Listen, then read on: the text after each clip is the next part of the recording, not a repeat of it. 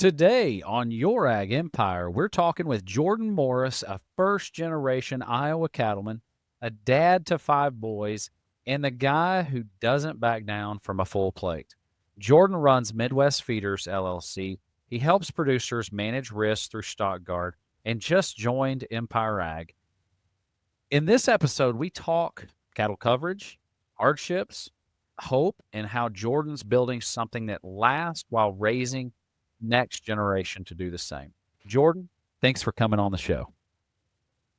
Jonathan, thank you so much for having me on here. We've been talking about this forever, and yeah, I'm glad it's finally here. Awesome. We're glad you're here, man. So I think this is unique. You're a first generation farmer. What drew you to agriculture and how did you get started? I think these stories are always interesting. Yeah, it's a weird deal. I actually grew up in town in Muscatine, Iowa, and never really was on a farm as like a real little kid. But there was something about like little toy tractors that intrigued me. I don't know why. I don't know if that's what my parents could afford, and they bought me toy tractors, so I just started playing with them.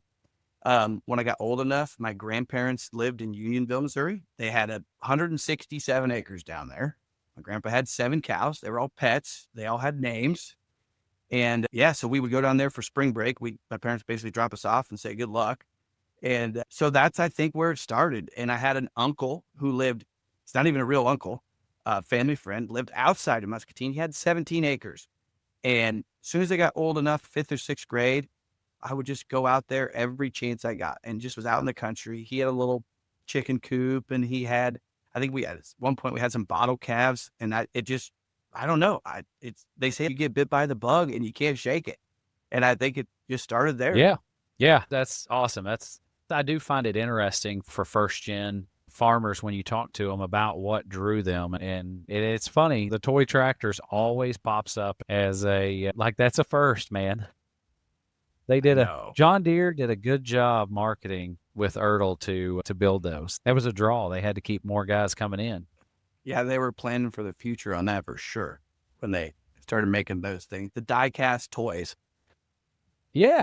My grandparents owned a hobby shop, and so die-cast toys, that was a big thing. And so like my dad has always been obsessed with them. And I think that's where it came from, is I'm going to flood this kid with little toys, and it just, boom, it stuck. Got all the cool ones. Yeah. So what did your time at Iowa State? Because you got bit by the bug, you went to Iowa State. What did you major in, and what did that time teach you about cattle, business, or life that sticks out to you today? Maybe there was some networking. What was your perspective on that? I would say, so let's back up just a little bit. Okay, so I get into high school, and I made some connections with some local farmers. I moved my freshman year of high school from Muscatine to Fairfield, Iowa. I know nobody. I think I'm Sure. quote unquote like redneck at this time. And so I started meeting these young Uh-huh. farmers. I get together with family outside of Fairfield, the Hammises. And after high school, I go to Indian Hills for 2 years. I get that 2 year of college done. And I was working for Pat at the time. I was working in town during the day till noon. I'd go to school in the afternoon, and then I'd go work for Pat Hammis all night, running a ripper or chisel or working ground or whatever. And after that, I went off to Iowa State, and I would say up there, I learned definitely some networking. I got to meet farmers all over the nation, basically. Some of my roommates were from all over the nation. And then I'd say the biggest thing that stuck with me out of there, because I didn't learn a ton my major was in ag studies, a generic 4-year Sure. degree with a minor in Yeah. AST, which is Ag Systems Tech, which I wanted to learn about the technology because we were just starting to get auto steer in our tractors at Hammis's. This was up and coming deal. And I think there was a career. At one point I was thinking like, I'm never going to farm. I need it. My career's probably going to be in Yeah. AST. I love tractors. I love auto steer systems. And so the biggest thing though was learning, I don't want to get up for class. I don't want to get this degree, but it's a life lesson. You just have to do it. And we're going to refer to that a lot in this podcast. It's just one of those things that you don't want to do, but I just had to do it. I'm not a good student. It was a struggle for me. Sure. The one thing that sticks out to me on this little segment right here is you made that connection with Pat Hammis, and Pat's got a good operation. I've met Pat. I've been up there. I've seen that. And so I feel like Pat was almost a mentor to you in a way to expose you. Even though you were working for him, I think you guys still are in touch today. He's followed you through your path and what you're doing. And I think that's important. That piece, I think, could be one of the biggest things is, and I think sometimes I think we've got a bunch of a-holes out here that don't want to take and invest any time in young people. And I think you jumped in whole hog. And I think that probably solidified that, in my opinion. Yeah, I'll never forget. So it was junior year of high school, and I still had been a new community for me. I'd wrestled and made some friends, but I didn't know a lot of people. And Sure. it was tractor day, FFA tractor day. And I was like, I'm going to bring a tractor to school today. And I literally talked to Pat, and Pat really didn't know me at the time. And I said, hey, I want to take one of your tractors to school. And he's got this kid from town that he doesn't even know if I've ever driven a tractor. And I went out, and he did not want to do it. But his boys were like, no, Dad, Jordan's good. He'll be fine.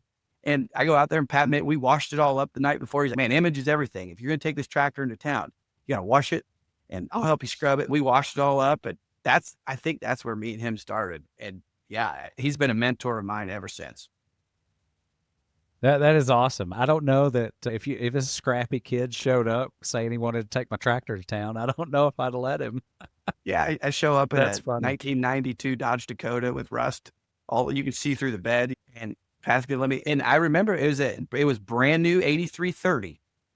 It wasn't the R series yet, and it was brand new Yeah. 8330. And he let me take it all the way into town. And why he trusted me to do it, I don't know. I don't know if I would do that to a random kid today, but he did, and it worked. And that's where it all started. That's awesome. I love that. Let's shift gears. Let's move to your custom feeding and Midwest Feeders. Tell us about Midwest Feeders. What's the day-to-day look like right now? What do you guys do? Yeah. So Midwest Feeders, we are a custom cattle feedlot operation in Southeast Iowa. We started building monoslopes in 2019. They were new to the area. I think there's one that I know of before mine went up. That was a true monoslope confinement.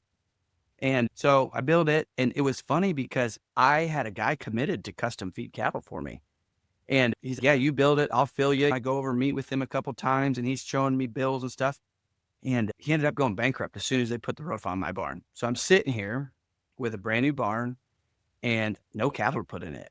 And I've been in Sure. the cattle space since 2013. This is 2019. So I had a few connections, nothing compared to what I have today, but I'm like, man, what do I do? So I go to a sale barn, and I convinced the bank to let me buy one pen. That was the ticket. I go down to the sale barn, I buy a group of cattle, There you go.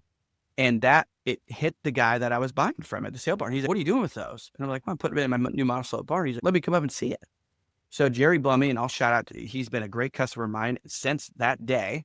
And I had done work with them, and he'd been a good sale barn owner, got 2 or 3 guys lined up, and we just started custom feeding. And it was a snowball effect. We built that barn, and I was like, I want to do another one. So I built another monoslope. As soon as I built that one, another one came up for sale 15 miles south of here. And I bought that one. And then as soon as we got that thing full, then it was like, let's just keep going. So we built another one. And over the last 5 years, we've built 3 new monoslope barns. Currently, we're 100% custom fed. We're feeding 1,200 head here, all under roof. And yeah, it's been great. It's been tough. It's not as good as it looks from the road, but it's been a lot of fun.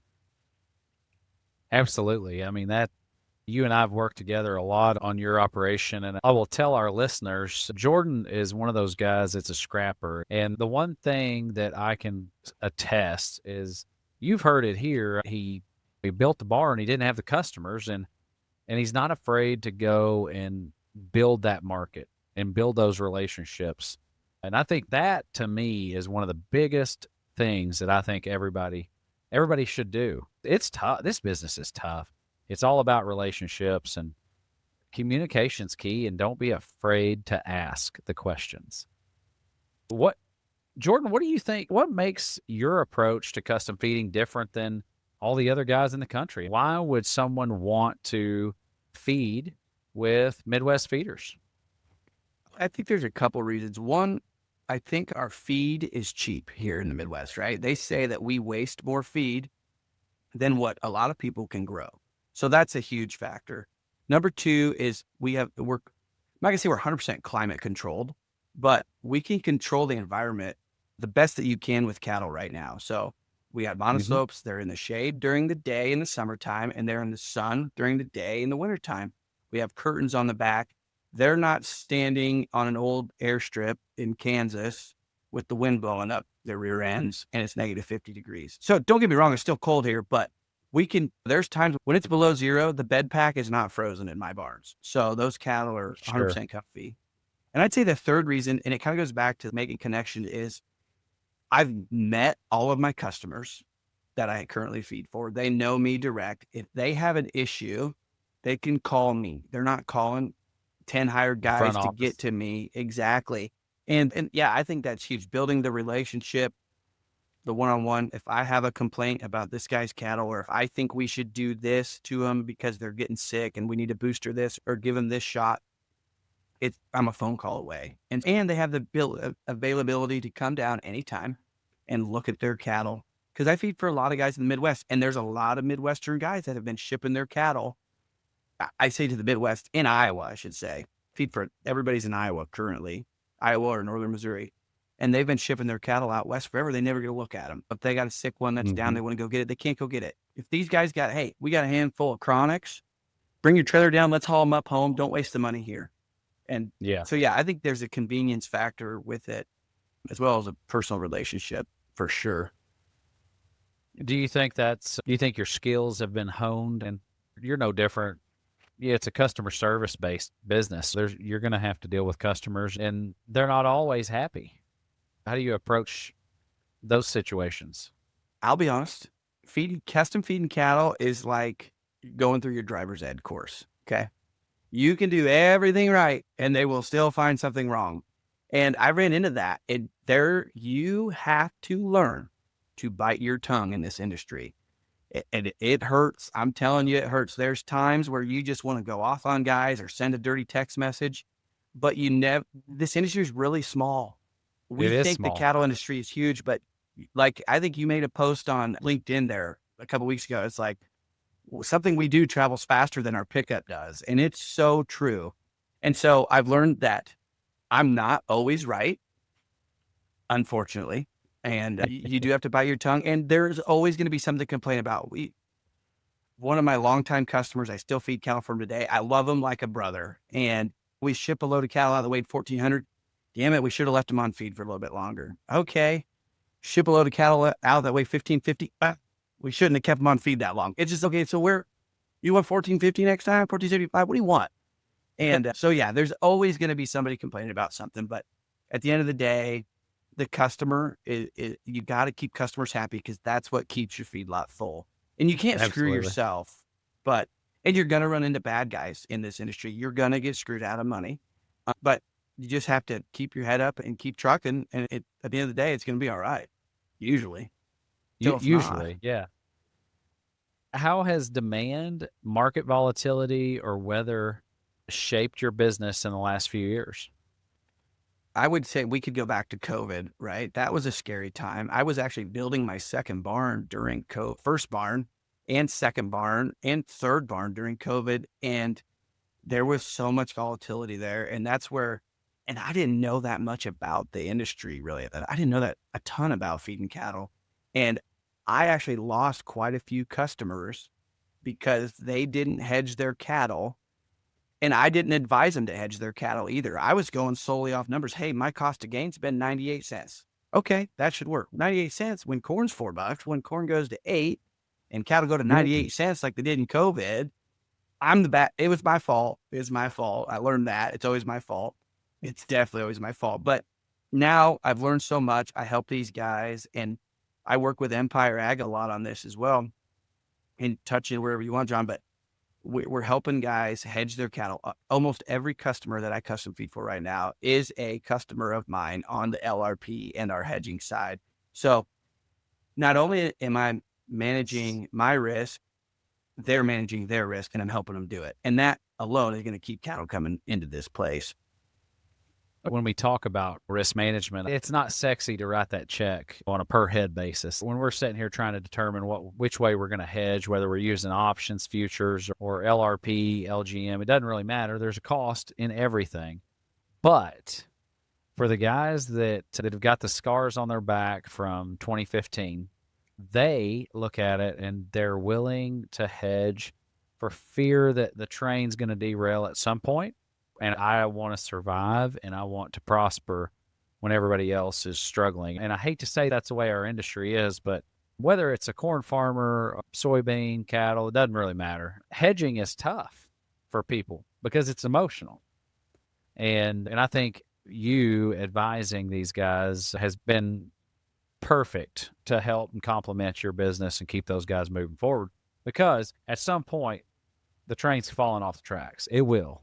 And it's good too that I have some credentials behind me, right? I am an LRP agent. I am an LGM agent. The company that I'm teamed up with, we are Series 3 brokers. You're an ex-Series 3 broker. You're a consulting firm.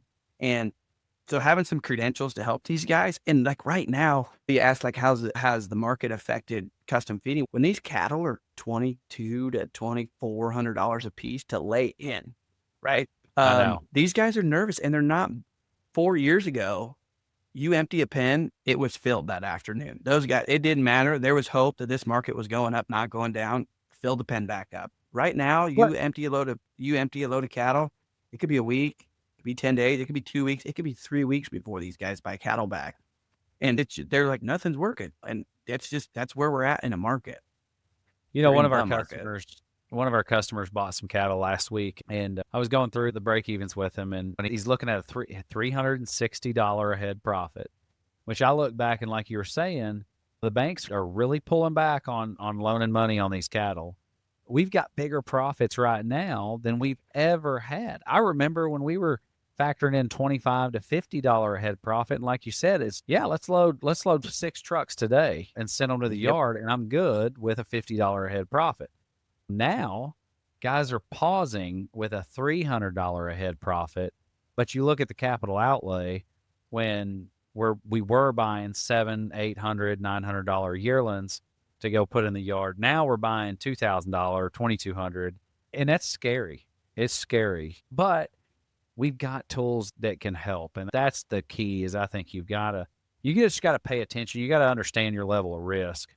There's a big movement, it seems like, in ag right now where you've got the talking heads in the brokerage side of things that they're all regurgitating the same message. Sometimes I think they can't see the forest for the trees, but you've got to understand what level of risk you're willing to take. And sometimes you can do that and still leave the upside, because I get it. I farm and ranch. You do too. Like, we're eternal optimists, or we wouldn't be in this freaking business. And that's the truth. The joke says, there's a joke about the Titanic. The last 2 guys on the Titanic, as it was sinking, were a grain farmer and a cattle farmer. And they both looked at each other as it's going down and said, surely this deal will come back up. That It's is the so truth. true. Yeah, We are. I know. I think that's the toughest thing that I think we battle in this industry. Talking about cattle coverage, LRP, LGM, different risk strategies. Can you break down what LRP, LGM are? There's a lot of folks that they've heard of it, but they don't understand it. Could you break that down maybe? Yeah, absolutely. LRP is a subsidized program. It's backed by the USDA. It's backed by the government. And what it is, its goal is the main reason for it is to help guys set a floor position on any cattle that they're selling in the next 12 months. And so we can go in every day from 4:30 in the afternoon till 8:25 the next morning. And that's when the market has done its changing for the day. So we're in this window, we can go on and we can say, okay, if I'm selling 600-pound steers or 7 or 8 or 9 or 5, whatever the number is, and I'm selling them next April, I can set a price floor guarantee saying, if this market drops below this price, I have an insurance program now that's going to kick in and make that offset for me and pay me out the difference. And so it gives guys, the cow-calf guys, that the average cow-calf herd is what, 44 head, I think, across the United States? That sound right? So These Yeah. guys don't even have a full pot load of calves, so if they can go on the board and try to hedge their position, they're either overprotected or underprotected. And most of the time, you got Yes. half steers and half heifers. And so that's where the RMA came out with this program. They're like, how can we secure our food supply in the future? Because all these ranchers are going to go broke. All these mom and pop guys are going to go broke because when this market drops, they have more cost in a cow than what they're getting out of their calves. How many years are you going to do that? Sure. Unfortunately, we would do it anyway because we love it. But anyway, LRP came out. Now we can set a price floor guarantee on our calves. You're not, and what's nice is it's really flexible. We can go any number of head from 1 to 25,000 head limit wise. And we can do any weight range from 0 to 1,600. And then you can also hedge them multiple times. You can hedge them from 0 to 599. You can hedge them from 600 to 1,000. And you can hedge them from 1,000 to 1,600. So you can always set a price floor. Now, the beauty of this is it does cost on a per head basis, but you don't pay that premium until after the marketing date that we set. So say today we set cattle that we're selling in December for 600 pounds.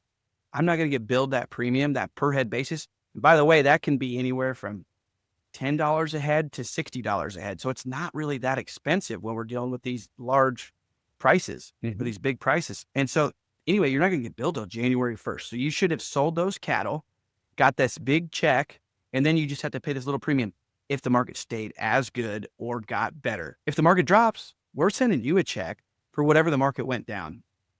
So that's the LRP. That's the bird's eye view of it. And if for anybody who Sure. wants more information, we're going to put my link or contact info, or you can contact Jonathan too, obviously through his portal that we've teamed up with on. Then we have the LGM, which is livestock gross margin. So there's three big factors that go into finishing cattle, right? You have the cost of a feeder calf that you got to buy or produce.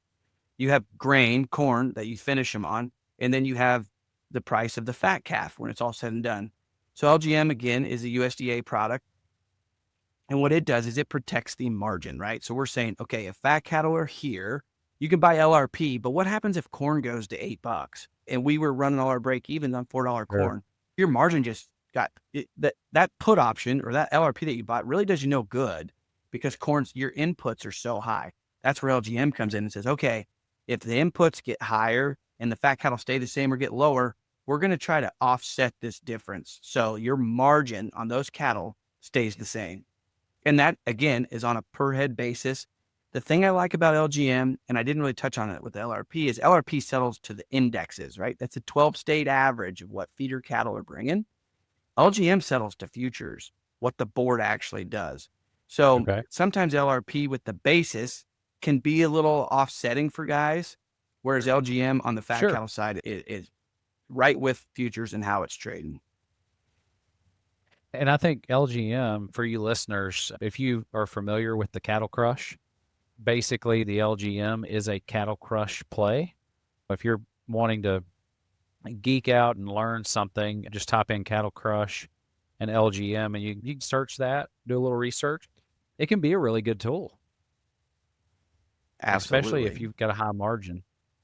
The biggest thing is we're running every group of cattle that we go by, we're running a break even on, right? Or typically you run, okay, what's my cost of gain? Well, Yeah. your cost of gain is based on the last 6 months.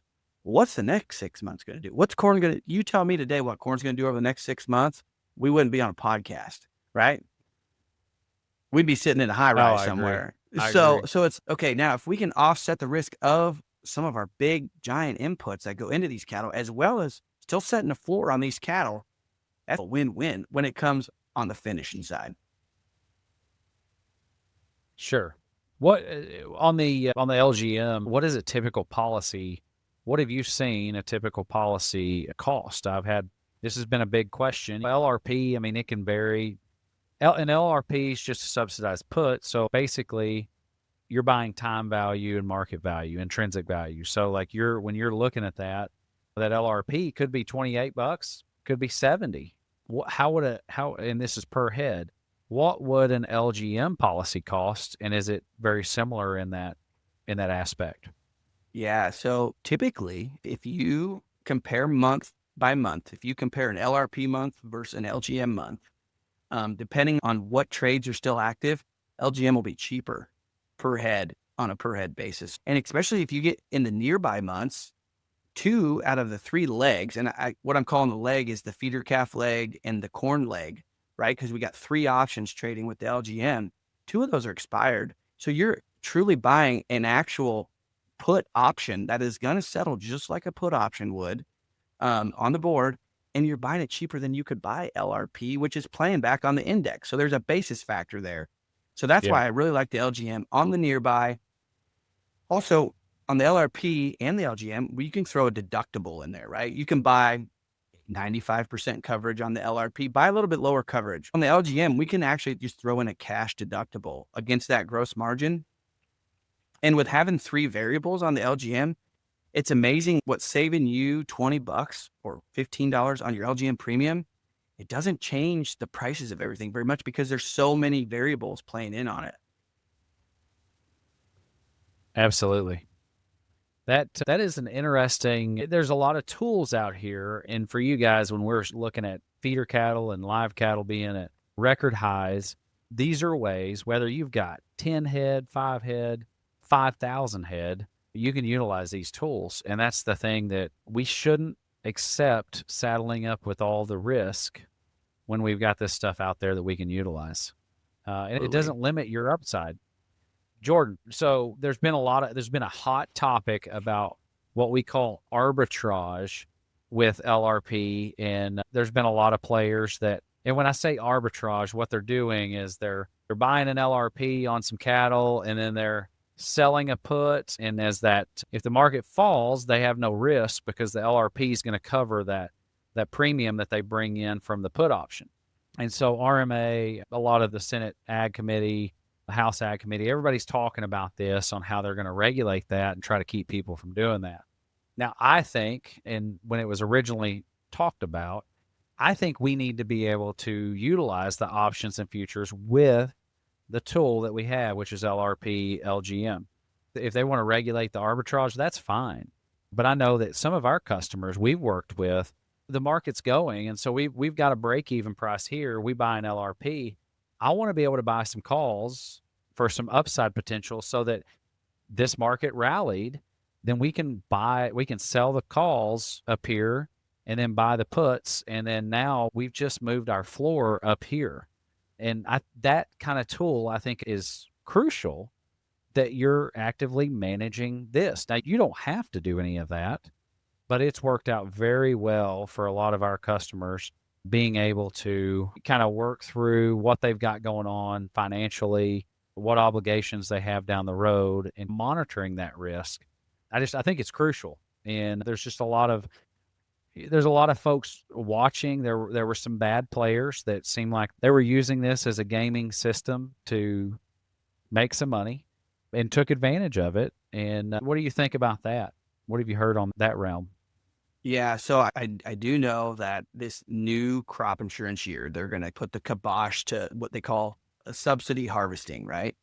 Here's the deal. I had a meeting on this one-on-one with our CEO, and I have yet to do personally with my personal customers a true arbitrage play, right? We're always going to trade Mm-hmm. options against LRPs, but a lot of guys, their biggest deterring factor of LRP is the cost of the premium. And so there's Absolutely. no, and I always tell guys they're like, let's buy cheaper coverage.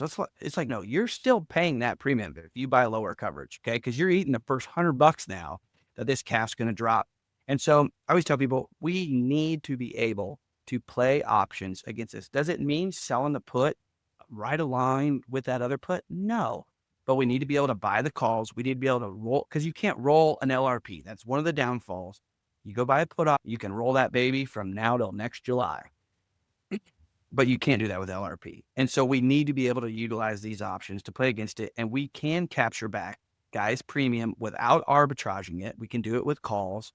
And yeah, it's a huge factor. And a lot of people are so nervous about that because they've heard grandpa lost his 80 back in 87 due to margin calls. Yeah, And it happens, right? But he wasn't probably working with a consultant and he was playing futures or selling some options he shouldn't have been selling. he was probably trading pork bellies back in the 80s and Yeah. heard visions of grandeur from somebody in Chicago that he was going to get rich. And it bit him. It bit him hard. I think one of the biggest factors is guys get hung up on, okay, I have LRP in July. I need to sell something in August to offset it. No, we don't. Our options do not need to. In fact, I don't want them to align with your LRP.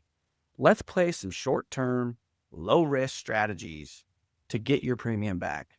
And then if this deal does rally or whatever, we'll worry about rolling something then. But in the near term, Yeah. don't go laying yourself 12 months out on an expensive option with a ton of time on it. With a whole lot of risk. Yeah, No. that's the key. That's what I've hated seeing, where guys are just dead set that they've got to line that up with. They get some risk there where they're trying to get back a little money for some premium just to cover that downside that they've got, and they just can't. They can't fathom only being in the market for 2 weeks or 3 weeks rather than a 6 month, 7 month, 8 month time frame. So I think there's just a lot of ways. I have done this multiple times on my own stuff where we'll put LRP on to protect us, and then we're going to spend the next 6 months trying to get our premium back with doing some short-term option selling. And, is there risk? 100%. There is risk exposure. I will not downgrade that, but you've got to be actively managing that. I think it's important that you have a team that you're working with in order to do that. But yeah, I wanted to bring that up because I get a lot of questions. That's one of the highest, all my social media platforms. Everybody wants to know LRP, LGM. How much does it cost? What is it? And is it worth it? Yeah, I would say numerous things on this subject before we move on to the next. But for one, go check out our portal on Jonathan's website. That's first. We have a portal that has LRP quotes, LGM quotes. Every day we update them. It's through Empire's website. Jonathan can put a link on or say it here a little bit. And then Jonathan has a tool that he's teamed up with us on. It's the Harvest IQ platform. And we're basically, I'm going to call it, we're the Robin Hood of commodity trading. At any time, anywhere on your phone, we can track and trade. It's a live button. It's a scary button, but you can execute trades on your phone. And that's one way. You were just saying, guys, if you get in on this game with us, you need to manage it or have a team help you manage it. And these are just, again, more tools that we have nowadays to help you manage these items. Absolutely. You got to be an active participant in the program. That's just the way it boils down to. And if you ain't living on too much space. That's true. That is true. Let's jump over to the next topic here. And that's you joining up with Empire Ag. What made you want to jump in with us at Empire Ag? It's a funny story. Jonathan and I met at a bull sale a little over a year ago. And it's funny because I go to this sale as an LRP agent. My job is to technically get some LRP business, right? It's funny. Jonathan and I talked for, 5 minutes at the beginning of the sale. Oh, Jonathan, yeah, we're at LRP. No big deal. And that was a 2-day sale or 2-day event. And by the end of it, I'd basically poured my heart and soul out to Jonathan about first generation, how tough it is, because it's tough. And it was like Jonathan was kind of like Jesus giving me a hug. He's, oh, it's going to be all right, man. You should look into Empire Ag. And we do consulting, and we love first generation farmers. And basically told me, I can help you. And I'm, as we all are, optimistic. When a door opens, you walk through it. If it shuts behind you, hopefully there's another one. Yeah. And so literally, I would say that starting that day, and I've talked to a couple people in the Empire group, and I think like one of the biggest things, like my vision was super wide 2 years ago. I just wanted to keep going. And there a year ago, and really starting a year ago, it started to get more narrow. You know what I mean? You start telling yourself maybe things aren't as good as they're supposed to be. And I would say the biggest thing with Empire is it literally took it from that narrow back open. It's like, no, we're going to go through tough times. It's going to be tough. In fact, it's going to be tougher for me maybe than some other people, just because I grew up in town and I didn't have any bit of a head start. Like I told you guys, I started negative on a pig building. I was telling Jonathan that earlier. My equity in 2013 was negative $19,000, actually $18,995. I had $5 in my pocket. You needed that. Say that again. That $5. You needed that $5 to fill up the trencher, so you could get the water line. I know. And so I would say that the biggest thing with Empires is it's opened my vision back up to where it needs to go. It's improved my network, huge. My network, and we'll get into me being an LRP agent probably sometime in this podcast, but I've learned that your network is your net worth. Who you know is more important than what you know. And it's totally true. And I've also learned through Empires, it's okay to screw up. We all screw up. We all have made mistakes. And it's okay to have fun along the way. We don't have to just have tunnel vision on the farm, the farm, the farm, the farm, the farm, the farm, the farm, only the farm. Everything's about the farm. No, you want to have a nice pickup because Yeah. you work 800 hours a week, you can have a nice truck. You want to have an airplane? Or We're going to figure it out. Probably you, shouldn't, but we're going to figure it you, out. you might not put that on your balance sheet. You put that. Yeah. Yeah. We'll just leave that where it is. It's my dad's plane. That's what I tell everybody. Oh. But yeah, And I will say too, I will say you joining Empire Ag, and when you called me, it was a month later, 2 months later, you and I talked several times, and it shocked me when you were like, "Hey, man, I'm joining Empire Ag," and so we get to talking about your situation, and when you're working with Empire Financial Services, and so we've got your books and accounting cleaned up, we've got you in Figured, and we've been working on like getting you bank ready reports. You actually just did that this week and presented your bank ready reports. And for our listeners that have struggled with renewals and that kind of thing, let them know what that conversation looked like whenever you presented your packet. It was really funny. I called so I'm bank shopping right now. I'm open about it. I'm not mad about it. And so I called this bank last Thursday and I called him. It was a cold call. I got referred, another guy referred it to me, another banker. And so I call this guy and he's, hey, I can be over there next Wednesday at 11 a.m. And I said, okay. I said, I'd like you to come look at my feedlot and whatnot. And he goes, okay. I said, what documents would you like for me to have ready for you? And he goes, if I could get a balance sheet, a couple years taxes and some cash flows. I was like, yeah, I got all that. He's like, got all that? And I was like, yeah, it's all up to date. I said, I get a monthly. How do you get that? I was like, well, I get it through a consulting company out of Texas that I work with through a brand name Figured. And he's like, you're more prepared than anybody I've ever talked to on a first time phone call. And I'm like, that's great. See you Wednesday. I'll start sending stuff over right now. And I got on a call with Holly. We went through, make sure everything was the way it needed to be, not manipulating it, just make sure the facts are the facts. And it's done. It's already sent over. He has everything he needs. He told me, he's like, you can have this to me by Friday. We have a bank board meeting on the 13th. I'll have it all prepared. He's got everything now in 4 days, 5 days. Yeah. Everything's done. Simple as that. I think it's important that we stay on top of it, and you don't know how much heartache you can take away and stress that you're carrying if you just have the numbers. And sometimes being honest with the numbers to yourself, good or bad, it doesn't matter, good or bad. Let's look at it, because it's what I've told Jordan. Hey, sometimes stuff just happens and the business shifts, and we've got to figure it out, whether that's refinancing because something just doesn't work. And it doesn't mean you did something bad. Sometimes the market structure just changes and the business changes. We've got to stay ahead of that and not get so locked into what happens. One big thing too is in our area, I'm the only custom feeder for 30 miles, 40 miles, right? And my bank never built a monoslope. They didn't know what the structure should be like. And it's okay, if this doesn't work, Sure. let's try something different. And that's all fun and games, but now's not the time to be doing that. I got told the other day, my current bank is trying to figure out who they are as a bank. Well, let me tell you, in 2025, that is not the time to figure out who you are as a bank. No, that's not. It is not.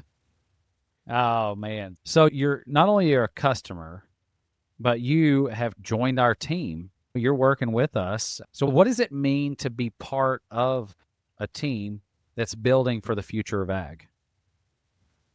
Yeah, no, I think it's probably one of the most important things. It's what's on my forefront every day. And we're going to get into this in a little bit. I got 5 boys, right? And Absolutely. If they had to start farming today, it as a graduate from high school or college, it's not going to happen. We got to talking a little bit earlier off camera or whatever about a pig building, right? I built a pig building in 2013. It cost 290 grand.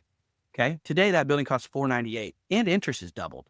It's like, how are these kids going to be able to start farming? The average age of a farmer is somewhere between 50 and 65. I don't know exactly what it is. Fact check me if you want to Google, and a lot of those farmers, the kids went into town, got jobs, built a career. So when those farmers pass away, they're selling their farms or renting them out. And so the big guys are getting bigger, which is fine. I'm not against either way, but I Hmm. do know in the Yeah. future, we got to get next generation into farming, and they're not going to be able to do it the way it's going right now. There's the way the bank systems are working right now, the amount of money you have to have for down payments and the risk And that then guys just are going to cash be flow. carrying. Yeah, it's brutal. And the competition, right? If I wanted to go start row crop farming in my area tomorrow, I'm going to have to pay $350 to $400 cash rent on top of Oh, yeah. extremely expensive equipment. And you look at some of these landlords, who do they want farming their ground? The guy that shows up with a brand new tractor that can knock it out in 45 minutes and it looks perfect? Or do they want a guy Sure. like me showing up with a 1066 that I need to put fuel filters on and I have a hydraulic leak in their driveway? You know what I mean? It's like they're going to go with the other guy. And that can't keep trending the way it is. And so Empire, I think, with some creative financing options that they're going to have, keeping your books lined up and straight, and also just not only consulting on the agriculture side, but just like maybe some life lessons that the whole group can bring to the table. Hey, I don't listen. I did that. I would do that type of stuff, and it's not always from Yeah. Jonathan. It's from the group of guys. We got how many guys are involved with this program that I can bounce ideas off of? That can say, nope, Yeah. nope. I did that once. Don't do it. Like Jonathan has got But it's customer. not in a negative way either. No, It's no. It's that's what I love is you guys bouncing those ideas and being able to engage with each other. I think it's huge. That because everybody on that call, everybody in our group, like they want you to succeed. They do. absolutely.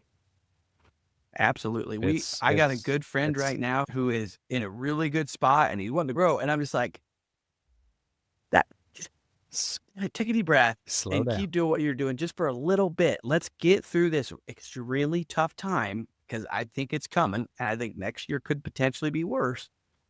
And, Sure. it's advice like that I did not have. My dad doesn't know anything about farming. He doesn't know the difference between a steer and Yeah. a bull or a heifer. And so, yeah, I think that's where Empire comes in and you get a brotherhood, a fatherhood, and it comes along with so many other good things.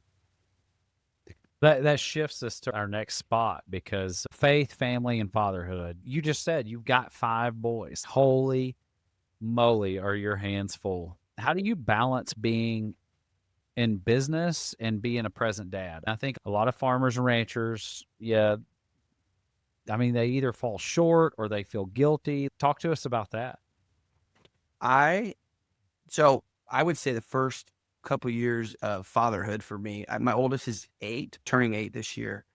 I was absent a lot, and like I look back on that and I'm like, man, for what? And so nowadays, my biggest thing is trying to get the kids involved as much as I can and making what they have going on seem just as important as what I have going on, right? Like they're already facing hurdles, right, in life, just like I am. And my job as a dad, I feel, is to make what they have going on seem just as important as what I have going on. And like yesterday, for example, I worked all day till 5 o'clock. I quick go pick up my oldest, take him into wrestling practice, and I work out with him during wrestling practice and then go home, drop him off, eat dinner, and I come back to the feedlot and I'm out here till 11:30 doing bills.